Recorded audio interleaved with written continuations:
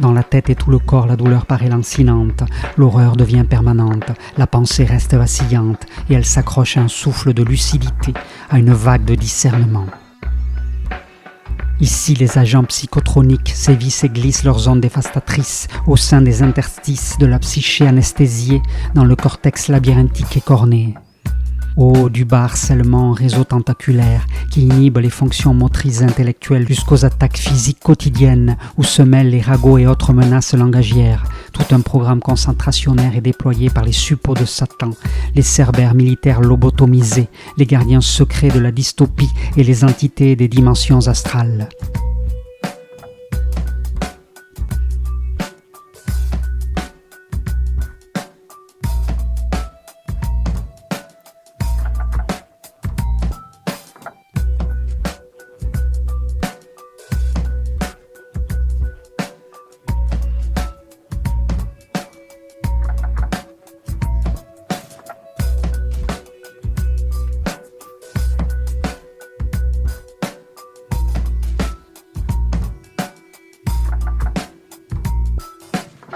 Par conséquent, les armes électromagnétiques, les prototypes à énergie dirigée, le champ des antennes 5G, la torture des rayons HARP, l'extension d'architecture scalaire avancée, se couplent aux nanotechnologies et au graphène injecté dans la couenne du Kidam, perdant alors le contrôle. Son âme se montre telle la proie d'une sifflante stigmatisation sociale, la prisonnière d'un piège machiavélique prenant la forme matricielle,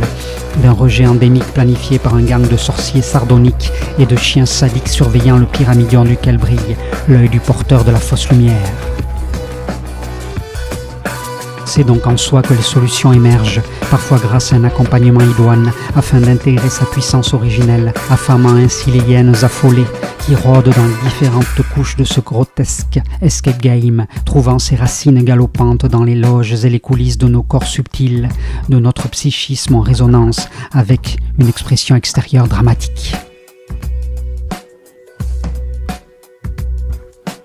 Sur la peau et même en nos abysses, la brûlure demeure agressive sous les assauts térébrants des fréquences parasites visant à assommer le bétail, à le rendre malléable, perméable à toutes les mesures coercitives, son échine sensible aux crises d'angoisse, son mental tourné vers l'acceptation de tout concept anti-vie, son cœur pris par la quête existentielle béate d'un sauveur externe.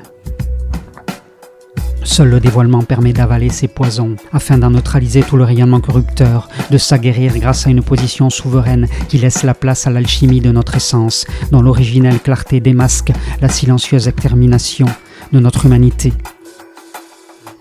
Des voix parlent dans le crâne du condamné et le poussent à commettre l'impensable, à se jeter du haut du damier, du sommet de sa tour infernale. Elles déchaînent en lui les passions dévorantes, les courants séditieux d'une manipulation reptilienne sur lesquels se referment les serres de la dépression, les crocs d'une paranoïa pathogène. Elles vampirisent l'énergie de leur hôte jusqu'à l'épuisement dissociatif. La folie se présente donc parfois comme unique échappatoire, une chimérique sortie du gouffre béant, de ce trou noir, à la surface duquel s'agitent des ombres artificielles au déploiement arachnéen.